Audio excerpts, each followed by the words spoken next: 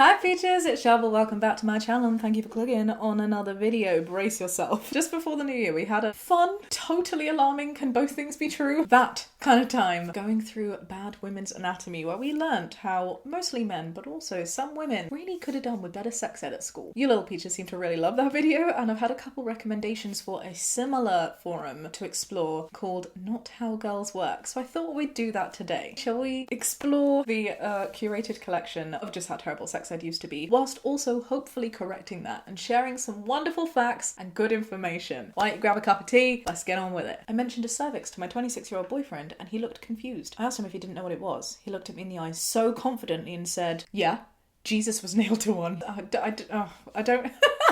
I can't even speak. It's true, my cervix does occasionally give me splinters. I don't know whether to laugh or cry. I didn't think that the first one was going to be so bad. I also never thought I would have to say this, but PSA, a crucifix is not a cervix. The storytelling of Jesus' journey does not mean that he was nailed to a cervix. A cervix is not made of wood and cannot be recycled. Oh dear, oh dear. Feminine women always win because we honour our nature instead of working against it. What does this mean? What do you win? Am I a feminine woman? I don't really understand the categories, the buckets that women are supposed to fall in. But I have so many questions. What is our nature? What do we win? Is it like a cracker? Do we get like a cool hat and a little plastic tiddlywink frog? Here, win what exactly? Who knows? I just read your bio. I'm sorry, I don't think we'd be a good match. Out of curiosity, which part made you determine that? Single mother, so I'll come second to children that aren't even mine, which is totally understandable, by the way. Oh, phew. Also, you have kids and you're 35, so you probably don't want any more, and even if you did, it's about a 70% chance that you can't. You're also an independent woman, so your career, it's a wrong year, by the way, just letting you know, so you can work on your grammar skills as well as your nice guy skills. Your career will come before me as well, most likely not submissive. Have the same I don't need a man, I want a man mentality as all the other girls that let the social construct brainwash them. Babe, the more I read this, the more I think you are very, very lucky to have dodged a bullet right there. When girls typically say they're independent, they use it as an excuse for their bad behaviour and masculine traits. I want a stay-at-home wife that's the mother to my children, who'll give me stability and will stay loyal to me and is submissive. You don't want somebody with autonomy. You don't want an equal or a partner. You want an unrealistic, immoral and borderline illegal ideal because you're too weak to contemplate the idea of having an equal. But that's impossible to find. I wonder why. Sorry for the rant. Modern dating is impossible for men like me. Lol. Honestly, I think modern dating is impossible for all assholes, and I consider that a good thing, to be honest, but there we go. Modern dating is impossible for men like me, lol. That's a feature, not a bug, buddy. I'm always fascinated of these men's obsession with the term submissive. Like, what? Do you want a partner that respects you like a partner, isn't afraid to be honest with you, or a dog? I don't get why these men are so attracted to women with little backbone, that have no opinion, no mind of their own, or are too cowardly to show that they do. I mean, what does submissive even mean in this context? Does she get to have an opinion, but if you disagree, she needs to shut the hell up and deal with it? Honestly, I think applying logic to it is problematic. If I can be really real with you, and this isn't based on scientific fact, this is totally my own opinion, based on my experiences of what I've seen and dealt with. When I've seen men, often dubbed incels, right, express terms like this, it's for one of three reasons. Number one, it's not a fault of their own. And I don't mean that they're faultless, right? It can not be somebody's fault, but still be somebody's problem. And the people really to blame here is these horrible facets of society that end up becoming these rabbit holes that people go down that feed into these really archaic and totally unachievable ideals of what a man and a woman should be. This idea of the alpha male and the Stepford wife that literally exists to serve a man. There is a reason that that never worked. There is a reason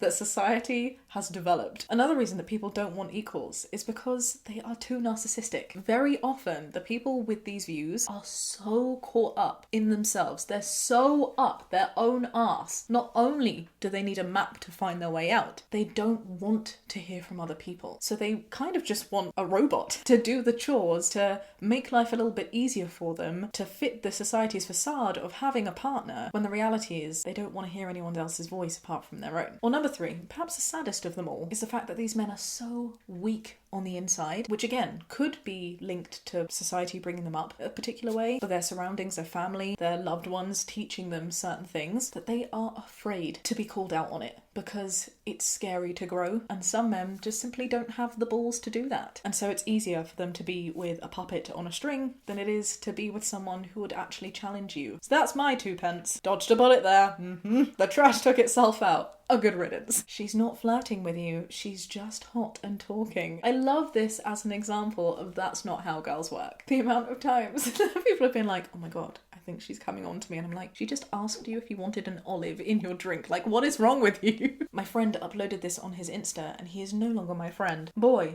I won a Nobel Prize. 1 like. Girl, I just arrived from the mall and I bought a dress and a pair of jeans. 86,000 people like this. Okay, can I just point out there are 2 things that are not how girls work here. Number 1, who on earth puts this kind of smiley face? Who has a pointy smiley face? That isn't just how girls not work. That was terrible grammar. No person does this. That is an insult to the keyboard. Actually, I'm going to change my number 2. Maybe this is how girls work. Or should I say how girls should work? Because we should be supporting people in what they choose to do. If someone arrived from the mall and got themselves some clothes, why wouldn't you hype them up? Go for it. But if someone got a Nobel Prize, hype them up too. Maybe this isn't how boys work, because the reality is men get way too much compliments for doing the most ridiculous tiny thing as it is. So if you're winning a Nobel Prize as a guy, you will absolutely get your praise. The real problem is making pathways so that women can actually access the abilities to do that. Because trust me, women's achievements are incredible, sometimes more so. Have you seen women's football? Have you seen how much they win compared to men and how little recognition they get? Have you heard of Ada Lovelace and her incredible contributions to technology? But I'm sure you have heard of Bill Gates and Neil Armstrong. Don't get me started. You move along. Can I just say one extra tiny little point about this? Women do actually statistically have wider social networks than men, and it serves them really well. So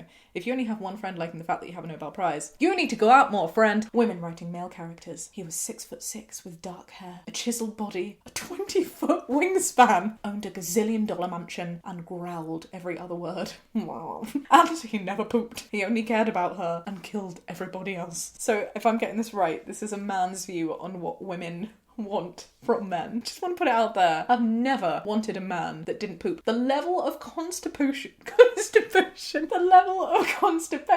that poor guy will go with will make him so grumpy and eventually so not able to function. He wouldn't be a useful partner at all. I also wouldn't want a partner that killed other people or who had a 20-foot wingspan, because I mean, sure. Does my dream list have chunky arms? Does my dream list have kindness and humour and good in bed? Maybe. But I've never once wanted to date a pterodactyl. Maybe that's why they're also growling every other word, because with a 20-foot wingspan, they're clearly not human. So I told my boyfriend I was having my period, and he said, again, you know what? You are right. I am going to cancel that monthly subscription. Subscribe to Period. And don't forget to hit the bell. Smash that blood button. Oh dear. In a way, PMS is the notification bell. Do you know, I wish I could unclick from that notification bell. PMS is the worst. PSA for people who might not know, and it's fine, we're learning. Periods are not just a one-time thing. They happen at least twice and correlate with the sighting of a full moon.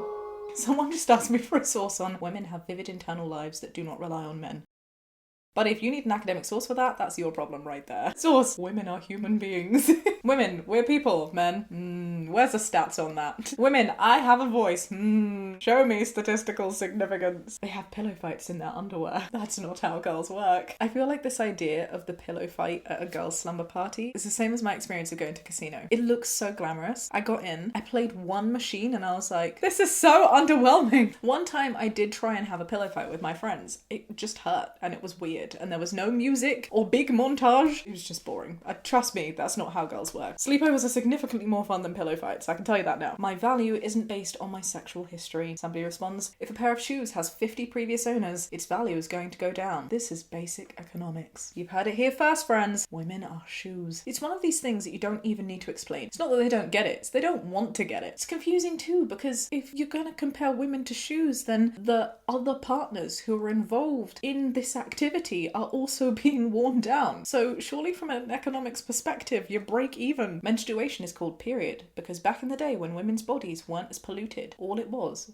a tiny dot. It is true. Whenever I eat a cheeseburger from McDonald's, particularly if it's the day before my period, it's like The Shining. You don't understand. That is absolutely not how women work. Also just pointing out that there's a lot of period ones here. Periods aren't just exclusive for women's experience, and not all women have periods. It doesn't invalidate them or make them any less of a woman. I'm talking about girls who haven't reached the age of puberty yet. I'm talking about women who are postmenopausal. It doesn't mean they're not women anymore. I'm talking about people with PCOS or a myriad of different conditions. That means that periods just aren't a thing. I'm talking about people who've had hysterectomies following certain conditions like cancer or various other things. We need to stop equating periods with women. Period.